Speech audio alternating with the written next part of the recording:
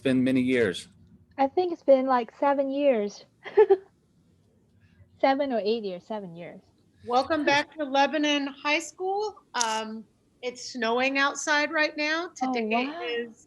Today is our only virtual day, so there are no students in the building. Mhm. That's why we chose Fridays to do this, so that we could do this from the comfort of our homes. Well, most of us. Okay. Do I have any other students that want to step up and say hello and introduce themselves? You don't all have to do it, but you I'm can. Ash, Hi. Hi, Ash. and I have a furball in the room who just decided to bite me in the chin. Oh no. He wrestled with my arm, and when he wrestles you, he will not let go. He's like, "No, you are my stuffed animal now." It's ridiculous. So I also have to watch him because he will like mess around with stuff. Danger kitties. All right. Well, And Anthea, we'll just allow you to introduce yourself and tell us a little bit about what you're from, where you're from, and what are you doing in Paris, France? So hi everyone. My name is Anthea, and I am alumni of Lebanon High School. I think class of 2013, if I'm correct. And I'm from Malaysia. I'm Chinese. I'm from Malaysia, and right now I am in Paris, France, completing my master's in finance degree, and I've been here for the past five five years. So yeah. Fantastic. So, when you came to Lebanon High School, what are some things that immediately stood out to you about our culture?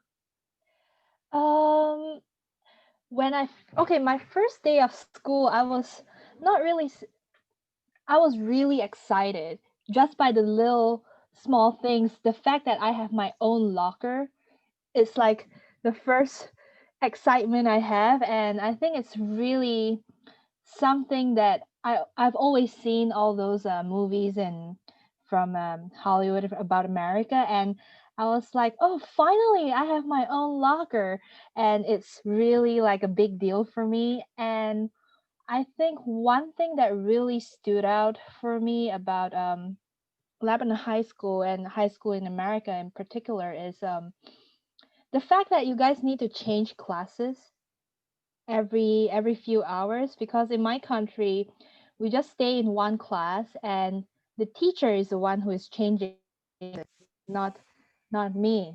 So that's one really a little bit of a different, but I get used to it, and I think it's really fun because when you need to change your classes you get to meet a lot of your friends on the hallway, so that's like the highlight for me.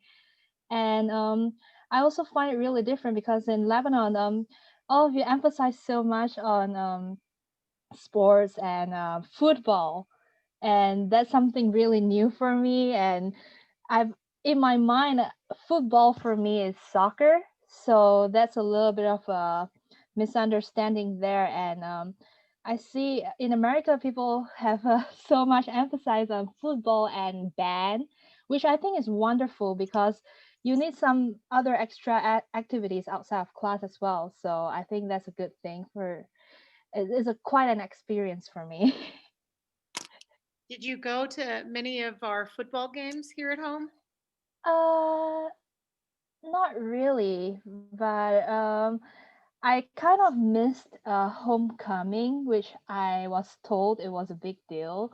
But I did see like some band performances, and I went and see football games at other school, which is not in Lebanon High School, but in other schools. So that was really nice, Okay, really cool. different. So, let's see. Can you tell us a little bit about life and growing up in Malaysia? Yeah, sure. In Malaysia, I'm from a very small town in Malaysia, pretty much like Lebanon. So it's a small town. You need to go to everywhere either by driving. Basically just by driving. There's literally no public transportation in my town. And growing up, I went to a convent school. So it's an all girls school. So I was in the convent school for from 7 till 17. So basically 11 years being in an all girls school. And we have uniforms. Every school in Malaysia, we have uniforms. So it was really nice when I go to America. I can, play like fashion show every day. I can wear different clothes every day. So that's really nice. But in Malaysia, we have a very strict rules. Every school, regardless of you are public or private, you have uniforms, and then there's strict rules on how you need to do your hair. You need to tie it up. You cannot color your hair, and then it cannot be too long. It cannot cover your face. Basically there's a rules to abide by, and not too much freedom in terms of self-expression at school. And as I said, the classes are a little bit different. We stay in one class, so I have the same group of friends who are together in one class for 6 years of my primary schools, and then another same group of friends who is together in one class throughout the 5 years of my high school. So that's very different. But the good thing that comes out from that is we are really close connected. Even now, we still keep in touch with each other. So that's really different. And yeah, and from what I can remember, the extracurricular activities are not as intense as compared to in America. We don't really play football, and I think overall, there's just a lot of class. Like we emphasize more on, classes and academic, which I think that's why I find it really different in America. In America, you have a really good balance between academic and, sports and other activities. But in Malaysia, back in my time, we don't really have that great of balance between academic and sports and other activities. So yeah. So, what were your favorite classes in Malaysia, and what were your favorite classes in Lebanon? My favorite classes in Malaysia, I think it was English, because I just find it really, I have a sense of accomplishment because I did quite well in my English class back in Malaysia. So that's really interesting. But in America, I think my favorite class is history. I had Miss Suter as my history teacher. I didn't do that well. I think I did well, but for my host mom, she's quite strict.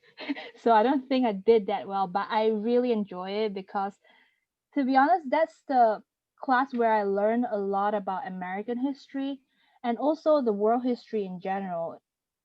As ashamed as I am to say this, but at 18, when I first attend Miss Suter class, it's the first time in my life I heard and know about the genocide.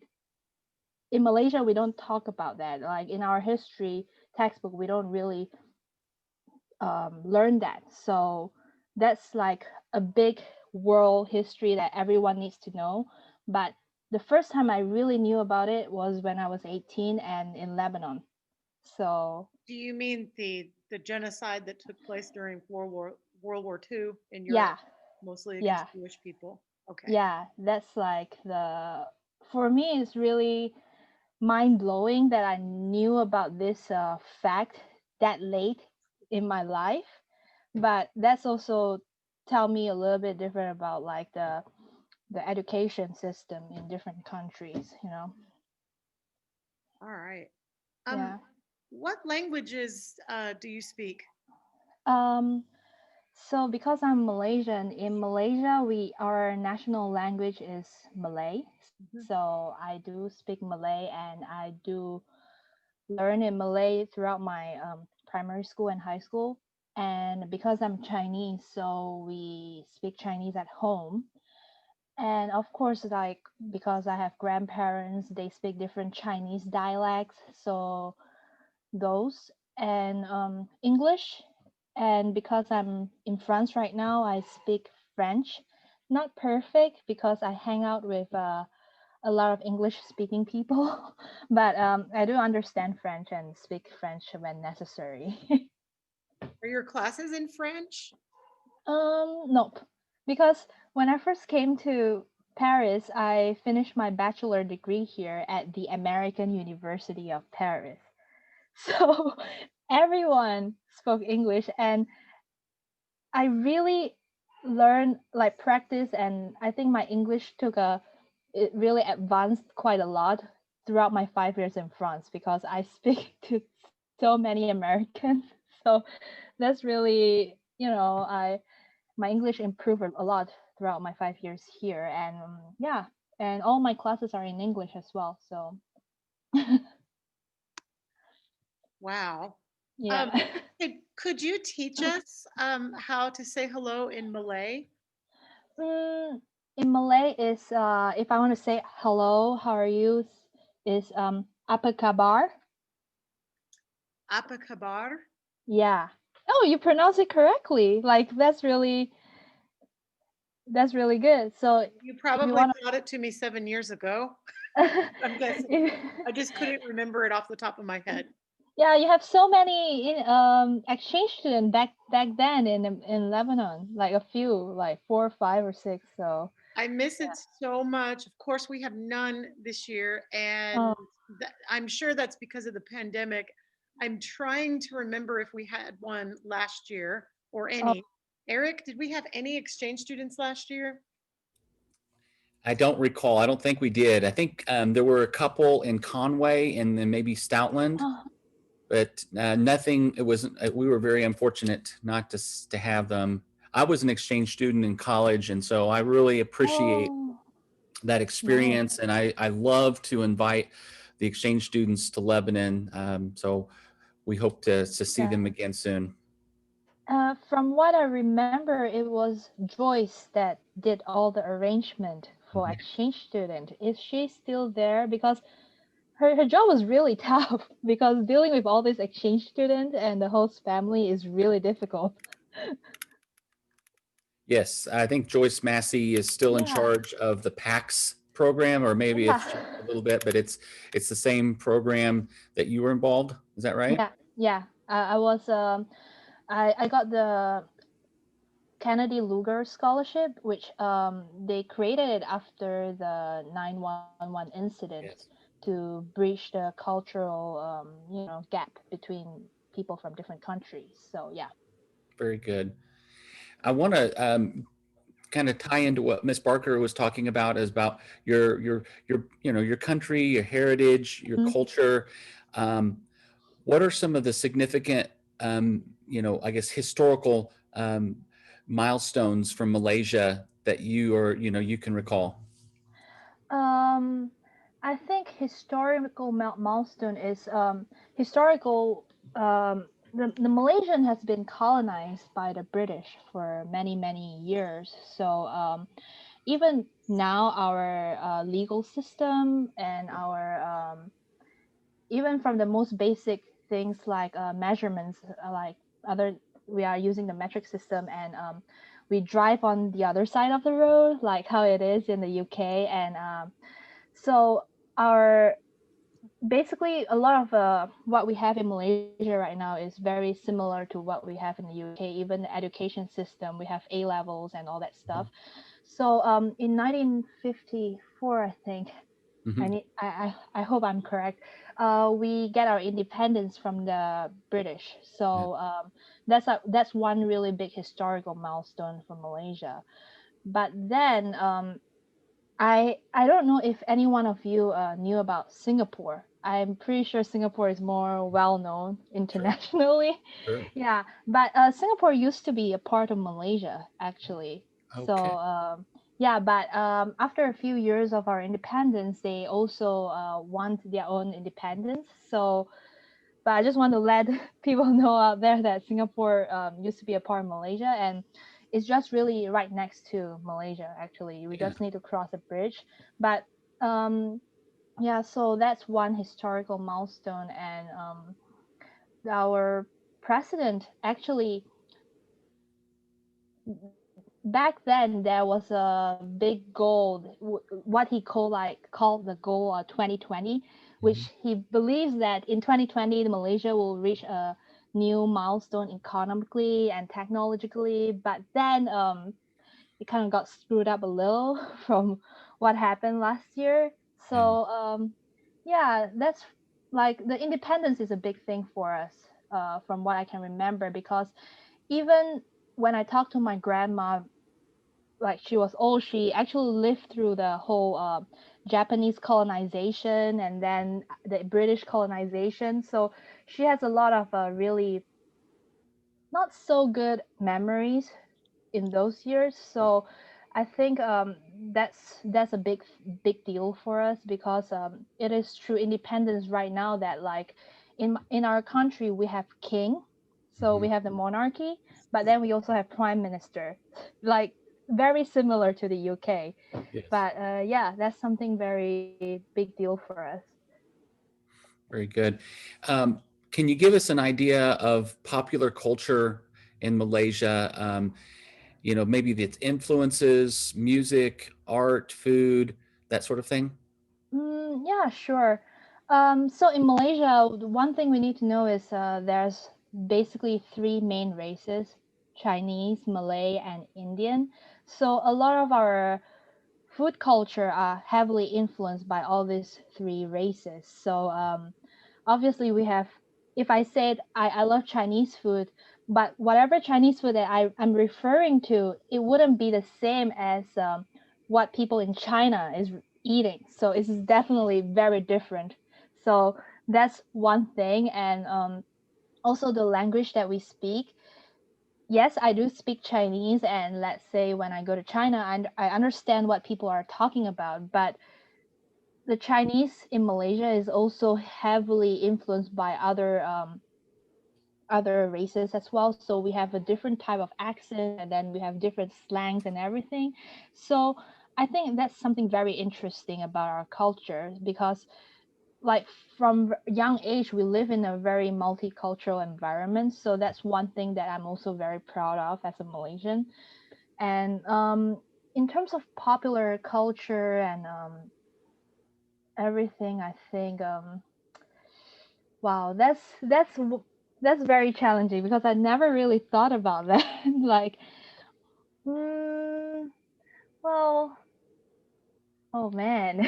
I mean, you live in a very multi cultural city of Paris, and so you Yeah. have this maybe this contrast of experience Hmm. from where you live now and when you travel. Hmm. How is that similar or different? It's very different, because right now I live in Paris, where people are very liberal in terms of how they speak, how they carry themselves. But in Malaysia, I will say that we are still more on a conservative side of behavior, which, I mean, there's no good or bad. It's just very different type of lifestyle. And I think, let's say in Malaysia, we still are very tied down to our Chinese or Malay culture, where we really, when we talk, we try to respect. Mhm. We have a different definition of respectful. So we respect our elders and everything. But in in France, people are still respectful, but they are willing to express their opinion or even challenge your idea openly, and then things will still be fine after that between you and your friend. But in Malaysia, we try to avoid that type of confrontation. That's why I think. But it's very different when I come to France.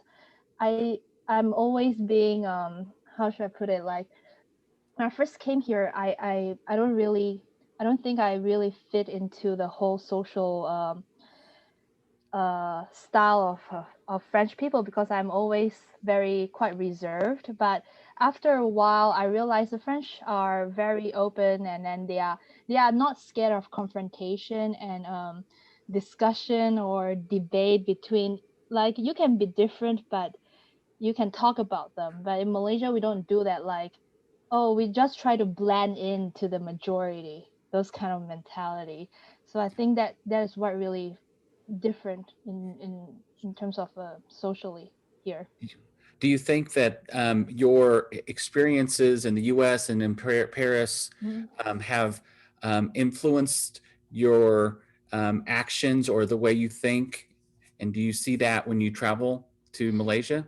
Yeah, yeah, because honestly, in when I first went to the US, it was like a catalyst for me because in the US, I learned that I need to really speak my mind. If I say, if somebody asks me if I want the last piece of bread, if I really want it, I shouldn't act like a Malaysian, or because Malaysian will be like, I really want it, but I will say no because I don't want to look like, I don't want to, let people think that I'm really hungry, or I don't want to let people think that I'm rude or whatsoever. And as a Malaysian in me, I would say no. But when I was in America, I kind of learned that if I really want it, I need to say yes because nobody will think bad of me. People is just like simply asking you if you want it. Like they wouldn't really think other things. For example, like in America, if you really want to get a date for Sadie Hawkins dance, you need to ask because nobody will come and like think bad of you. Even if you get rejected, it's fine. But in Malaysia, things like that don't really happen because like it's always very reserved and we don't talk about things like this openly. Like, hey, can you be my date for prom? No, we don't say that. We don't even have prom. That's the thing. So yeah. Any traditions that you can recall from Malaysia that you still hold dear? I think the tradition is from Malaysia, because I'm a Chinese, and we do spend we do make a great deal out of Chinese New Year. So for Chinese New Year, the one thing is obviously we need before the New Year we need to make sure we cut our hair. Basically, in my family, like we need to make sure we cut our hair at least, and then clean up ourselves before the New Year so that you don't bring all the bad luck and everything with you to the New Year. So yeah, like the haircut thing is very important. My mom literally called me and remind me that, oh, make sure you get a haircut because like don't bring the bad luck with you from last year. Yeah, that's like one simple tradition. Like other people may think it's very menial, but for me it's one thing that I still do up till now. Any other holidays that are celebrated? In Malaysia we have three main holidays: Chinese New Year, and then we have the Ramadan, because the Muslim is the predominant population. And we have Deepavali, which is for Indians. So we celebrate three of these main races, culture and tradition. And then also the 31st of August, which is our Independence Day. So that's the four main holiday that we have. But in Malaysia, even though it sounds like a lot of holidays, because Chinese New Year, we normally have 1 week of vacation, and then Ramadan, we have another week. In Malaysia's school system, we don't have summer holiday. So we don't have that 3 months of a vacation. We basically just have one short vacation at the end of the year. So yeah, it kind of adds up to Is, your summer vacation in America. isn't Malaysia fairly tropical? Yeah, yeah, it's fairly tropical. It's summer all year long, so we Hmm. don't have summer vacation. But Well, and that tradition of the way we structure our school calendar mhm, has to do with agriculture, and some people feel like it may be outdated now. mhm, Um, and there are some parts of this country that have a full year of school and then longer breaks in between. yeah, Like, mhm, I have a cousin who teaches in Arizona, and mhm. that school doesn't have Have summer a break because it's what are you going to do? Go outside when it's 107? Dangerous. It doesn't make yeah, sense. but for me it's a little bit weird because w- like summer is a time when I'm most active, so I'm most focused, and every other thing is most suitable for me to, go to school, do activities. And the winter is when I really want to hibernate. So, like, It's a good why mix. isn't the vacation on in winter and then the school year? I mean, that's what I thought about, but I'm like, yeah, it's fine. Makes sense. So you're studying finance in Mhm. Paris. Yeah. What is your goal? What are your goals? One, to once you graduate, what do you hope to accomplish? Basically right now I'm in finance, and obviously after I finish my degree, the big goal is if I can get a position in investment banking or private equity in investment bank. But I think this is just for me to get the experience and to get the contacts, like socialized network. And maybe like after 4 or 5 years I do want to start my own business and do my thing, because I think the investment banking world is great, and there are a lot of opportunities, but it might not be something that I will want to do in the long haul Say, after. start your own business. What would that business be? I'm very interested in vintage stuff, and living in Paris, I have access to a lot of flea markets. In Paris, there are a lot of flea markets, and you can really find treasures in there. And yeah, I might want to do something relating to that, as in I will need to find a lot of all this vintage. I'm obsessed with mirrors. I love those French mirrors. Okay.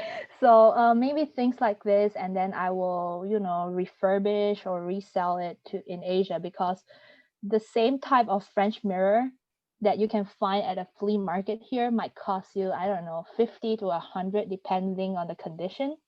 But the same thing, if you sell it in Asia, it will cost like maybe, you know, triple the price or even like higher. So I'm really interested in that, and yeah, I'll see what I can do. But investment banking is a way for me to save up enough fund to make my own business, and a way for me to network and know people. So yeah. Fantastic. Yeah. I want to see when you start. I want to see the treasures that you find in the French flea markets. That sounds like an adventure Yeah, I in mean, itself. it is very interesting, and I have access. Like we can go to the flea market, and it's well known. Like some tourists come all the way to Paris, and they will go to the flea market here, and you can find a lot of really interesting things like paintings, or all this interesting stuff. I mean, Paris, there are good and bad. The good thing is wonderful flea market. It's fantastic. We are art students. Have you had a chance to go to the Louvre? Yeah. I can go to the Louvre anytime I want for free, and it is amazing. The and then there's in the summer, because the day is so long, sometimes they have this night at the museum thing where you can actually, like, the museum is open like throughout midnight, and you can go to the museum at like 1 a.m. in the morning, and there are hardly any people there, and you can really look at the Mona Lisa up close without all the tourists. But it's really fun. The Louvre is really, really big, and I Yes. think you need more than one visit to Yes, you actually see do. I've everything. been once because I only had 3 days and I spent 8 hours.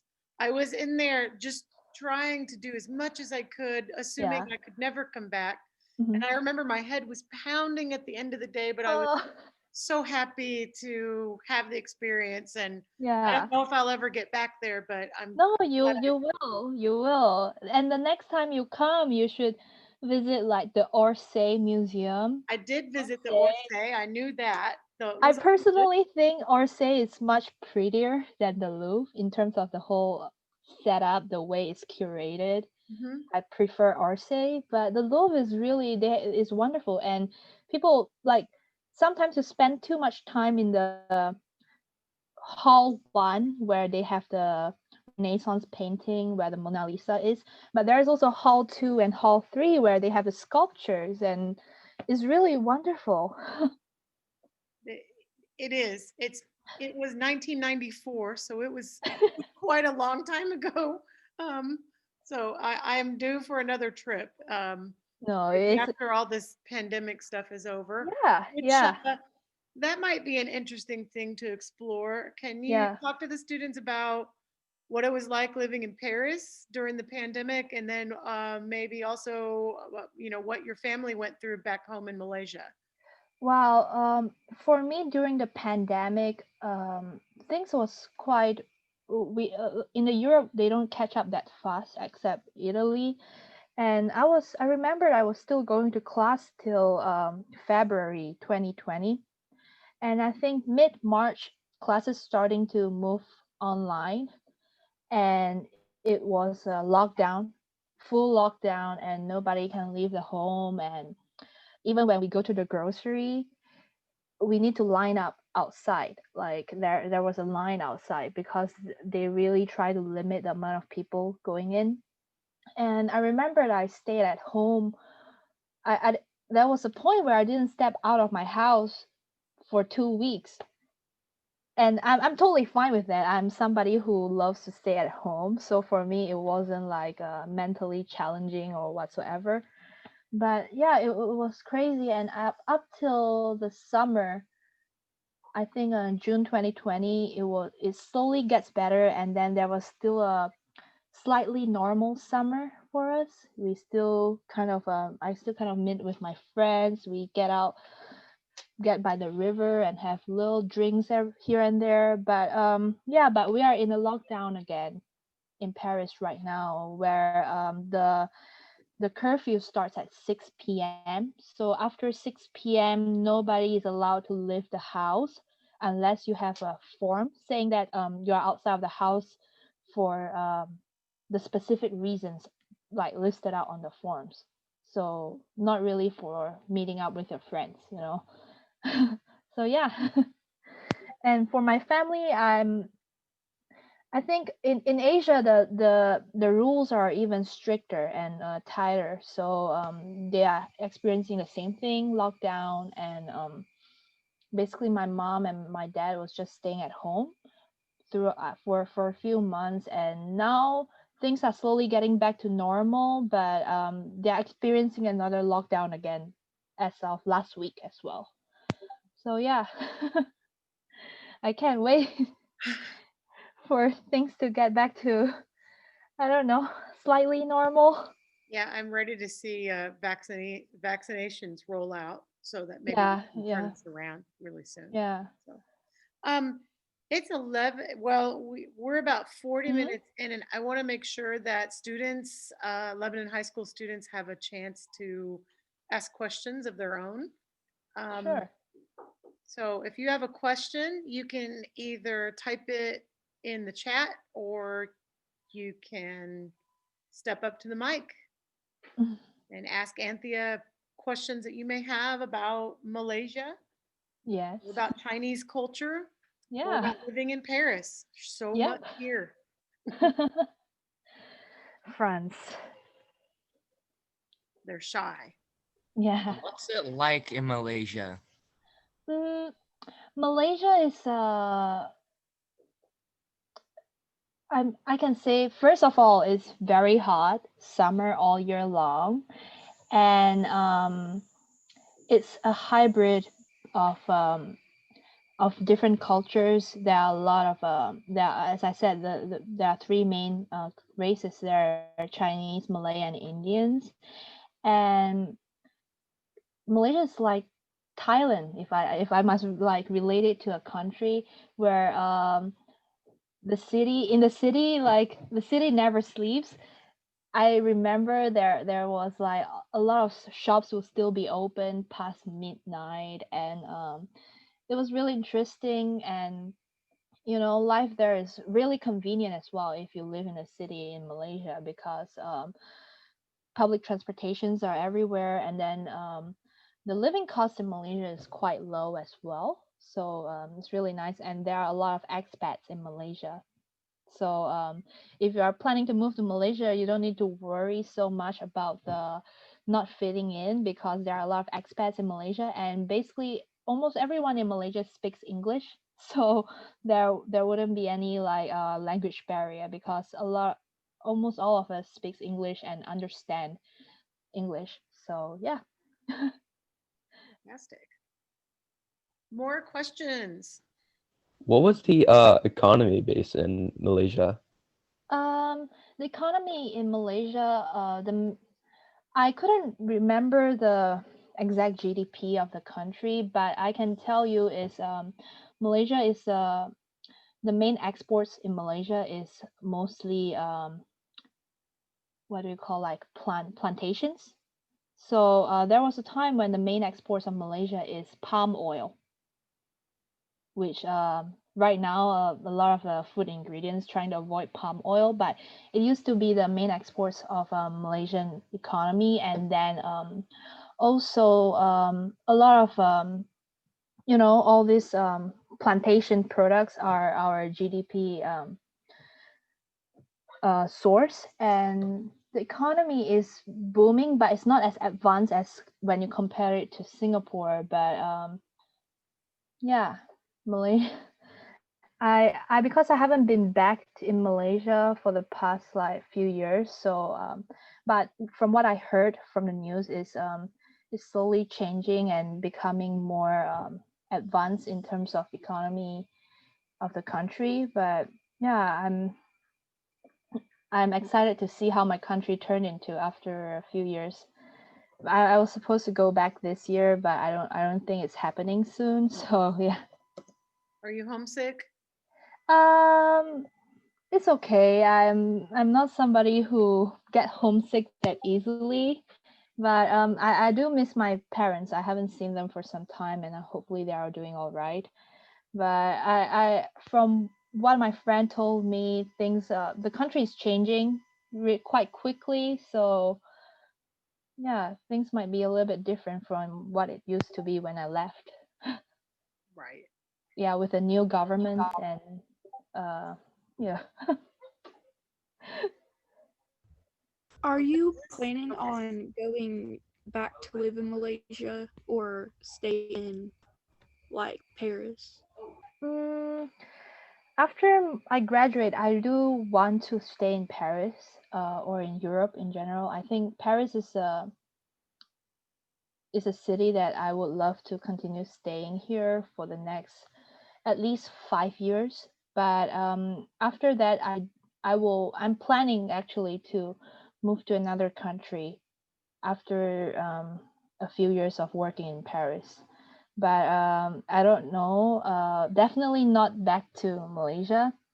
I still want to explore, and I don't know. Maybe I'll choose a country where it's like either I was thinking about China or Taiwan, because despite the fact that I'm Chinese, I've never lived in a society or a country which is predominantly Chinese, because in Malaysia is there are so many different cultures and so many different races. And yeah, like even me, I've never lived in a country where it's predominantly Chinese, and maybe I can take this chance to actually explore my heritage as well. Okay, thank you. Good questions. Keep it up.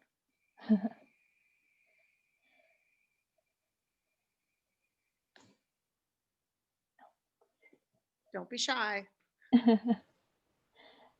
Are you in your Miss Barker? Are you in your studio or? This is my classroom. Yeah, I used and to go to your class. yeah, so my room, and it's snowing outside, and Eric is on the other side of that wall in his room. Oh, I didn't know wow. if anybody was coming in here, so I put it up on the board using my other Oh, computer. Wow. The sound We were doesn't gonna work on my come. other computer, so I have to bring this one. Nice. 'Cause otherwise, I sound like a horrible robot and it hurts everyone's ears. I don't know what's going on with that. So, if I could like knock my phone down. I'm trying to think of more questions. How Uh, hot does it get in Malaysia? Okay. In Malaysia, we kind of, first of all, we use the metric system. So, let me check how hot it is in Fahrenheit. I think it gets like the average is 28 Celsius, but I don't really know what Celsius is in Must Fahrenheit. be the 90s. You all could look it up. Yeah, at like 82, 82. Oh, okay. That's 82 is the average on a good day, but obviously it will get higher. Like in the month of June, July, August, it will get a lot hotter. And sometimes during the monsoon season, the monsoon season is when it rains a lot, like a lot to the point where you'll get flood. And during those seasons, it will be lower. So yeah. So we don't have the, spring, winter, summer, but we have other things. you Thank have you. you have quite a few miles of beaches and Yeah, islands, I yeah, think. we have really cool beaches, and it's really nice because in Malaysia it's so easy and so accessible for us to go get to the beach and just have like a short getaway. And my plan is like the next time I go back to Malaysia, I want to get my diving license because most of my friend in Malaysia has it. So I'm like, I need to get it because in Malaysia it's so much cheaper as well to get a diving license. So yeah. I've only had one diving lesson, but I've been to several countries where you can Mhm. snorkel over a coral Yeah. reef, and it's one of my favorite experiences. I was going to take my family to do that in Mexico last summer, but the pandemic hit, so Yeah. we got chickens and named them after places in New Mexico. Yeah. But I think that's one thing, living in country where you have the four seasons, winter, spring, autumn, and summer, is you kind of tend to be more appreciative when summer rolls around. In Malaysia, when I was young, I was I kept on thinking, oh, when I'm gonna grow up, I'm gonna go and study in a country where it's cold, and then there's snow, and I can wear like thick coats and everything because it's so hot in Malaysia. But now what I'm thinking is, when is summer gonna come around, because it's so cold and I don't want to get out of bed. you know so you tend to be more appreciative, and you of the good weather you have when you live in a four season country. I love all of that except the weather in January. By February, I'm very done with it. It's kind of it's cute in December, January. It's snowing outside. I like that. But by the Yeah. time we get to February, I would really like to just be done with it. And I don't know how people who live further north and Mhm. have harsher winters deal with it because Oh, this, that's crazy. yeah. So, what's one of your favorite? oh, go ahead, Madison. I'm sorry. What's one of your favorite winter memories, like from here? Um, from Lebanon. The thing is, Yeah. it doesn't snow, and my host mom Jennifer was like, yeah, it's not gonna snow. I think my favorite memory, which I find, it's not like it was fun, but it was really interesting to see like schools being canceled just because it snows so much. Those kind of thing never really happened to me before in my high school years. So there was one time when the school got canceled just because it snowed so much that nobody can get out of the house. And then my host mom was like, okay, so now we are snowed in and we gotta make chilies. So that's the tradition. It still is. Yeah, and that was really interesting because I never tried chilies before, but when I first tried it, I was like, okay, not bad. But now when I look back and I know what chilies is, and I don't like it. I don't enjoy it. I just don't like beans. That would do it. What are what are some Malay dishes that you would share with us if you could? Oh yeah, like I miss the in Malaysia we call it nasi lemak. Nasi is rice and lemak is fat.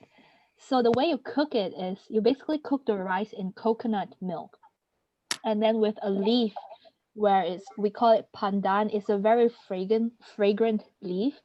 We cook it together, and then when it's done, you eat the rice with normally there's a sambal. Sambal is like chili paste, but you mince it together with garlic, shallot, and a lot of other good things.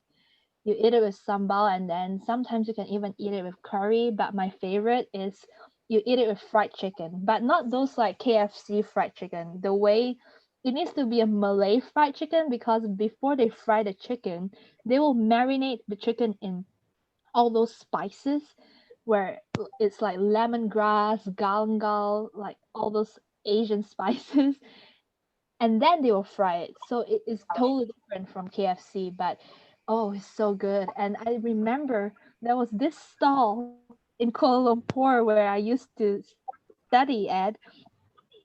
This stall will only open at 1 a.m. midnight. It's really good nasi lemak, and me and my friend will stay up till 12:30 midnight, and then we'll drive out and line up at the stall outside by the road just to get this plate of rice. And despite being open at 1 a.m., there are still a lot of people lining up for it. So yeah, oh, it's so good. That sounds wonderful. Yeah, I need to research to see if there's some place around here that serves that. If I have to go to Kansas City, then I'll do it. yeah, You, if you could send me a text later on how maybe how that is spelled. I tried to write it down, sure, but sure. I will send it to you. Like, yeah, I'm gonna find it somehow. This is now my mission. yeah, I'll that's send that's you a one of picture the if I find it and yeah. your approval. If we can find um, if we can find a place that can serve a lot of people in Mhm, St. Louis or Kansas City, then the next time mhm. we take students there, we will eat at a Malaysian restaurant. Oh, nice, wonderful. There's there's got to be something somewhere. Yeah, So that's it. yeah. Kansas City or St. Louis. We've taken them to Indian restaurants, so I mean, Oh, and Thai. oh, that those are So good too. surely there is a place somewhere. You just have to look. Yeah, Um, those are good too. Indian is good. Like we have a lot of Indian restaurant in Malaysia. I Wow. love it. Yeah. And I love taking students to try things that they wouldn't try otherwise. Yeah. Uh, But I 'Cause mean, it's a close way to give them that experience. yeah. From what I told, I think Madison and her friends the other day, like, cashew chicken is not Chinese food, okay? Like, let's just be clear here. It tastes good, but it's not Chinese. You cannot find cashew chicken if you go to China or even if you go to Malaysia. There's no cashew chicken, and crab rangoon is also not Chinese food. Where did it come from? Crab rangoon, like they sell crab rangoon. I don't know. I think it come from America because there's cream cheese. Like in Chinese Asian food, there's hardly like cream cheese type of Hmm. ingredient. So yeah, it's not Chinese, but it tastes really good though. They are really good. Is there something that they eat in Malaysia that you think that probably people from Lebanon would not eat or have to be very Okay. I think there are a lot of food that we eat that I don't think people in America in general will eat because like in Chinese there are a lot of Chinese restaurants obviously in Malaysia. In my home, like my mom will sometimes cook like chicken feet chicken feet. Chicken I feet. don't. Yeah, she'll cook chicken feet. She'll like first fry them and then she will like cook them in a stew. And when you eat them, you need to like spit out the little bones. I'm pretty sure Americans will not eat it, and I have friends who will not eat it as well. But first, that's the more extreme. But Do you like them? I actually enjoy them. That's okay. I actually enjoy them. Yeah, and I think that's on the more extreme side. But in Asia, whenever you order fish, you'll see it like a full fish with head and tail. But I realize in America, I don't know in Lebanon if that's the case. I have American friends who is not okay with the fact that the restaurant will serve you a full fish. They are more used to seeing like fish fillet, like just the middle part, not even the bones. Like when you go to a Chinese restaurant, you see a full fish with the fish eye on it. The fish eye is the creme de la creme of the whole fish. Like people will fight for it, and there's only two eyes. So if you have a big family, only the dad and the son can get the eye. Okay. So That's yeah, I think. the first time I ever was served a full fish was actually in Israel, in, Oh on the yeah. Sea of Galilee, Mhm. and that's when I had to start to get over certain things. Yeah, but I mean, that's the sign that the fish is. I mean, when you're eating a fish fillet, in your mind you should have known that it comes from a whole fish with a head and a tail. So, yeah. Anyway, that's like one thing, and I'm pretty sure you guys will not eat durian. I don't know if you heard about this What is it? fruit, durian, which is like a fruit that is spiky and it stings like Oh, dead plant or dead fish. okay. Yeah, I Actually, can type it.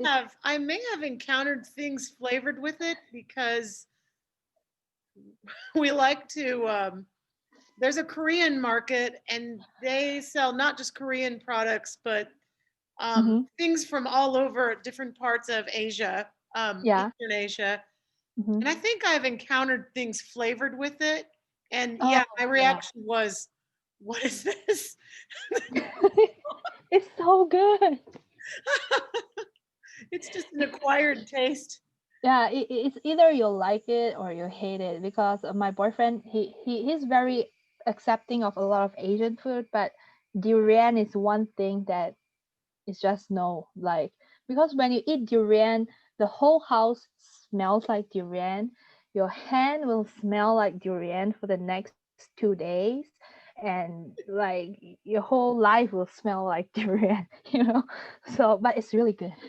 I'm going to Springfield this weekend and Mhm. I'm going to Seoul Market and I'm going to look Yeah, for something yeah. flavored with that Okay. pass out to the students so they can have that Okay. experience because Yeah. it's easy to go buy a huge package of Hello Panda cookies and Oh, pass it's so those good. out.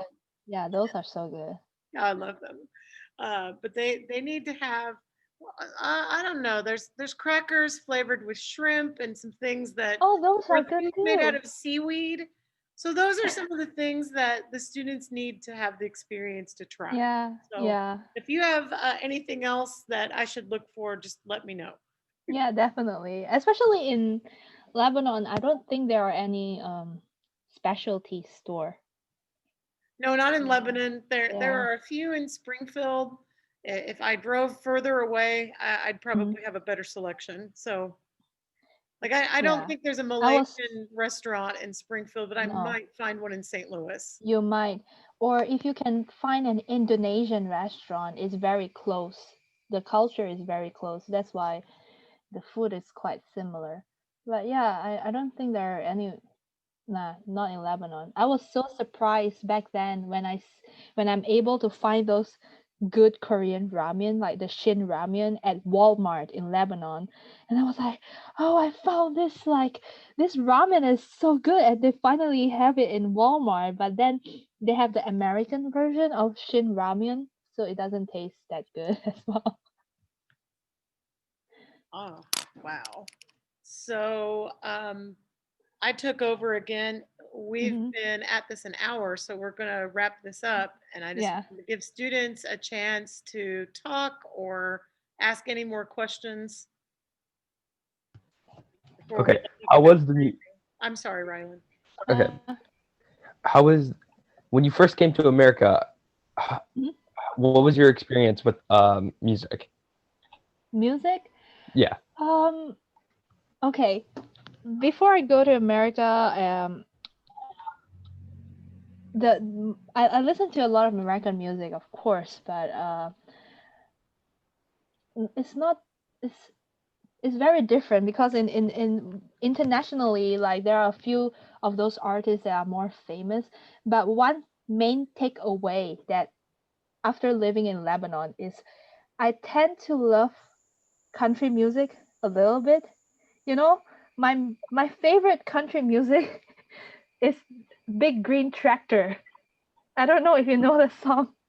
It's like there's a song about this um John Deere tractor, and like it is a country music, and I start listening to more country music after my stay in Lebanon, and but then after that now I'm also more involved. I have a lot of friends from America, so I'm introduced to a lot of other more Americanized rap, things like that. So that's very interesting. It's a journey for me in terms of my taste in music, because before that I was just listening to general English music. I don't even know if they're American. But when I lived in Lebanon, I start knowing more about country music, and now through my American friends, they introduced me to a lot of other rap music as well. So yeah, it's a very confused person in terms of my music taste. It's eclectic. You like a lot of different things. I'm Yeah, trying but to I think love. of the song that you liked. There's one called She Thinks My Tractor's Sexy, but I can't remember if there's one that mentions Big Green John Deere. Yeah, It yeah. probably is. It's somebody called Jason Aldean or something, Jason and Aldean. Yes. like yeah, like I'll take you on a ride on my big green tractor. The song called Pretty You Pink. definitely absorbed some of our culture. That's fantastic. Yeah, and that's when I realized American, like, they are so obsessed with their lawnmower, because I'm like, why are they doing big green tractor? And then I realized, oh, there's this one creme de la creme of the lawnmower called John Deere. John Deere is the best. So now if I'm gonna move to America and buy a lawnmower, I will buy a John Deere because I know that's the best. It's a big Um, green tractor. my husband is very fond of John Deere, and that is we have one, and we are very Mm. proud of it. Oh, So I you saw understand us. I saw like some question in the chat box. Yeah, from Haley Oh, and Alexis. oh yeah. Is there a transition into America difficult? And did you have any issue getting used to life in America? Um, in terms of transitioning, I think my transition was very smooth. I don't like. I think it's also more about my personality, because I'm not somebody who first get homesick that easily, and I'm very flexible. And also my host family was really nice as well. They really make me feel at home.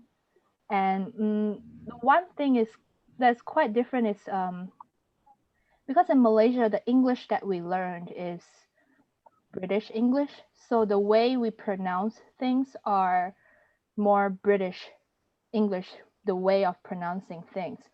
And in America, you obviously you have different ways of pronouncing things. And one thing I remembered most clearly is in British, when we pronounce I can't, like we'll say I can't do that. I can't do this, I can't do that. But in America, you will say I can't do that.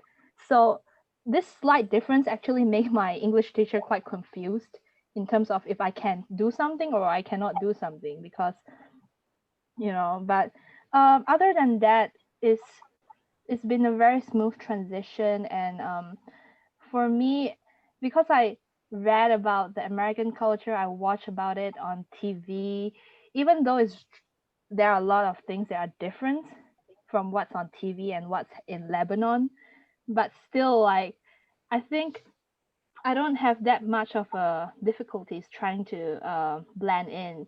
Most importantly, it's because I have a lot of help. I have a lot of support because my first day at school, I was assigned like a best friend, like a student friend who is supposed to be my friend because and bring me around. And yeah, like from there on, like I met a lot of other friends in the high school, and yeah, I don't really have much of an issue making friends with the American kids at Lebanon High School. But it was really interesting, and I wish I can go back to those times. You know, everything was so like, whoa, so new and so exciting for me. Let's see, I'm scrolling backwards so that we don't miss the questions that were up here. Alexis was asking, what's it like to live in the middle of a monsoon? Oh, in Malaysia during the monsoon season, there's really flood. Like I think 2 weeks ago, there was a flood in Malaysia and in my town, and it's basically just endless rain and then flood because geographically Malaysia is positioned in a place where we don't really have any natural disaster as in earthquake or tornado. We don't really have things like that or drought, but we only have flood.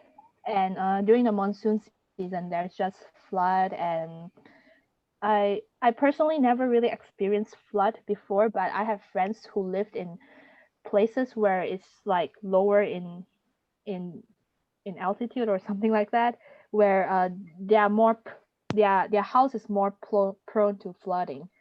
So yeah, but I think Malaysians are used to it, and it's it is like a big deal still, but yeah, that's what really the monsoon season is. But without the monsoon season, without the rain, there will also be other issues, like because Malaysia is highly dependent on the crops. So if it's too dry and there's no rain, it will be a big issue as well. So yeah. I encourage everyone here to, Eric, Mr. Adams posted a link to, I think, Google Maps so that you know where Malaysia is. And I think that you should spend some time looking up pictures from Malaysia and from Paris, Mhm. France, just so that you have like some images in your mind. And Yeah. they have to do an exit ticket in their sketchbook. So they've been told Oh. to take notes from your writing. I've been taking very messy notes here, but I've been doing my own assignment. It's like an assignment. Yes, they are encouraged to draw in their sketchbook, and I think it Oh. would be really great if they looked up some pictures from Malaysia and drew those in Yeah, your sketchbooks. I think you'll see some very beautiful things, and I think you will yeah, enjoy very much looking at those definitely. pictures and drawing them in your Yeah, sketchbook, and it'd probably de- make you want to go there. So yeah. save your money. You Like mentioning whenever, yes. you mentioning finding the pictures, I just thought I'd show this. We still have this from you. Oh, I Those saw are the it. towers in Kuala Lumpur, I think. Yeah, that's And Are the then there's they? twin another tower. one, and it's a little bell. We just still have that from you, and I have your little pen flag. But Oh, the wood we have pen. we have your little flag like hanging up here with all our family stuff. Oh, So I don't even have my own flag hanging up in my own apartment. Oh, there's also a big birthday picture of you just showing off Oh, Anthea's things around our house. oh, I remember this is from like after church or something. Uh-huh. Yeah. Just little Yeah, things this we is a still have proof. around our house. I really lived in Lebanon before. Whenever I tell people I lived in Lebanon, Missouri, they are like, "Are you sure? Because why are you doing there?" But this is the proof I really lived there. I know. Like my favorite restaurant is Elm Street Eatery. Just saying it. Just putting it out there. the Elm Street. So you all have your recommendation for the Elm Street Eatery for Anthea, and she's going to send me things to try, Definitely. Malaysian cuisine, should I find a restaurant, and maybe things to look for when I go to the market this weekend. Yeah, definitely. I It's will really send you a list. yeah, I want a list, and then basically that's my homework assignment. See if I can bring those things back, Mhm. because I know they have a lot of products from different parts of Eastern Asia. Yeah. So, Well, I saw in a chat box I heard she's from Paris. I'm not from Paris. I'm living in Paris now. And what's it's like here? Paris is really like I shouldn't say magical. I shouldn't. That's like too big of a word to use. It's a very different from Lebanon for sure. And of course, there are really wonderful sites in Paris and wonderful things that you see in some Netflix series or YouTube or whatever about Paris. It is true, like the pretty things, the magical things, the romantic side of people walking by the sand, drinking wine. Those are all true, but living in Paris is also a different ball game. And just like every other country you are going to live in after who knows after high school, there are also good and bad side of Paris. And in Paris, I as compared to Lebanon, I have a harder time integrating into living in Paris as compared to living in Lebanon. Yeah, that's for sure. And yeah, Paris is wonderful. It's a wonderful city, a lot of good food, and a lot of good place where you can visit. And my most favorite thing to do in Paris, it might sound very weird, is to just find a cafe when the cafe are all still open and sit down, have a coffee first, and watch people and people watch. That's what we call. And then kind of people watch and then guess what they are up to. That's my favorite activity. And then you slowly switch from drinking coffee to drinking like an aperitif. And then when the time is right, obviously because I'm older now, we'll switch to drinking wine.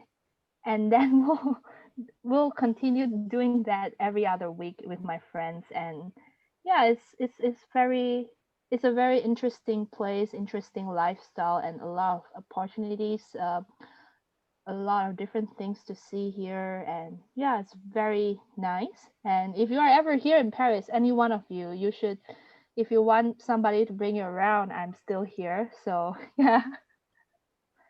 noted for sure. Yeah. And oh, I'm not from China. I'm Chinese, but I'm not from China.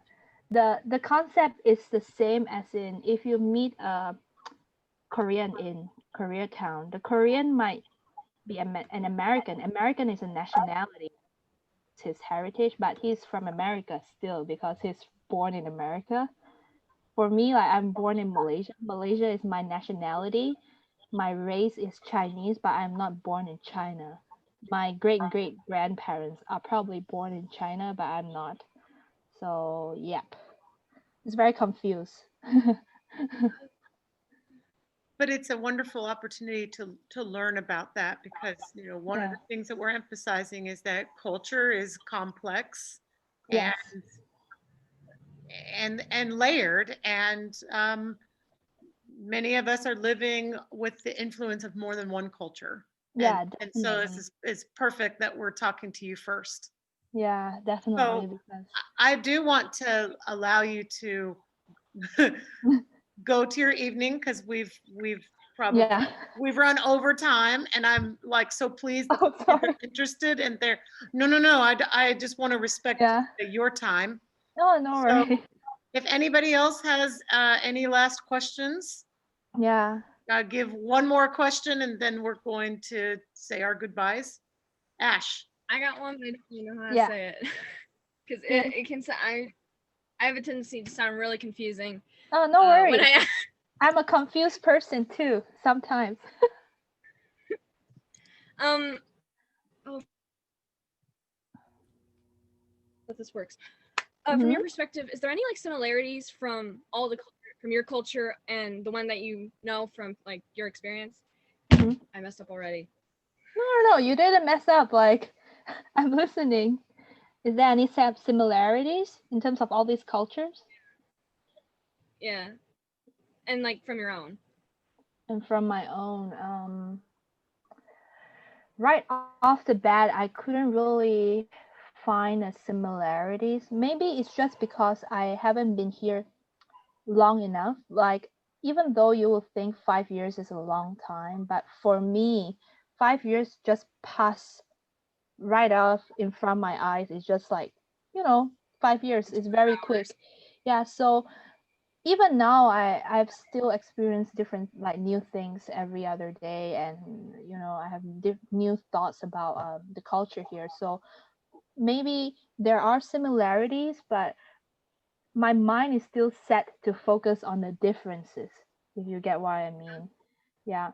So yeah, I can tell you a lot about the differences, but unfortunately similarities, I couldn't come up with one right now. Maybe in 5 years I'll be able to tell you. Things like Yeah, family and friendship. Those are oh, some things that I think are common bonds regardless of yeah, your yeah, own. definitely. That's like as what Eric says is definitely. I think similarities is, I don't know about in France, but between people in Lebanon and Malaysia, I realized like in Lebanon, in the movie, I always see like Americans are so like open-minded. Yeah, I'm not saying this is negative, but I feel like their family values are not that strong. But when I was living in Lebanon and I've seen the people around me, I realized you guys have really like strong family values where the whole family goes to church every week. I don't know, that's what I've experienced. So I was like, oh wow, it's like in Asia, because it's like in Asia we do an activity together. Like every Sunday we have a meal together with my aunt and my uncle and with my parents. So it's really different from what I've seen in the movies, because in Lebanon I realized, oh, people have such a strong like beliefs and strong family values, strong tight knit in their community, which is very different from what I imagine in my mind. So yeah, that's one of the similarities between Lebanon people, what I've experienced in Lebanon and in Malaysia with my family. I don't know if your culture really values nature or the environment, but I know in the Ozarks we are known for our love of the outdoors. Oh yeah, of course, is the Ozark, but I not really in my family. We the thing is we don't emphasize on this, but my family is they are like my grandma is a rubber tapper, which is a lady who go to those rubber trees and like take out all the things. Like she's basically a farmer. So I don't, maybe if you can say that that's the love for nature, but like Well, you're going to the beach, and if you're getting your scuba license, I mean, that's definitely yeah. going out to nature. Yeah, but I think that's like a lifestyle. Like, we don't think about this kind of things. Like going to the beach is so normal. We don't think about it. Maybe it is. I'm sure. Like, yeah. The Ozark is nice though. Like, Yeah, where we go to our take a walk in the woods, you Mhm. you get to go on a walk on the beach. yeah, of course. That's the similarities.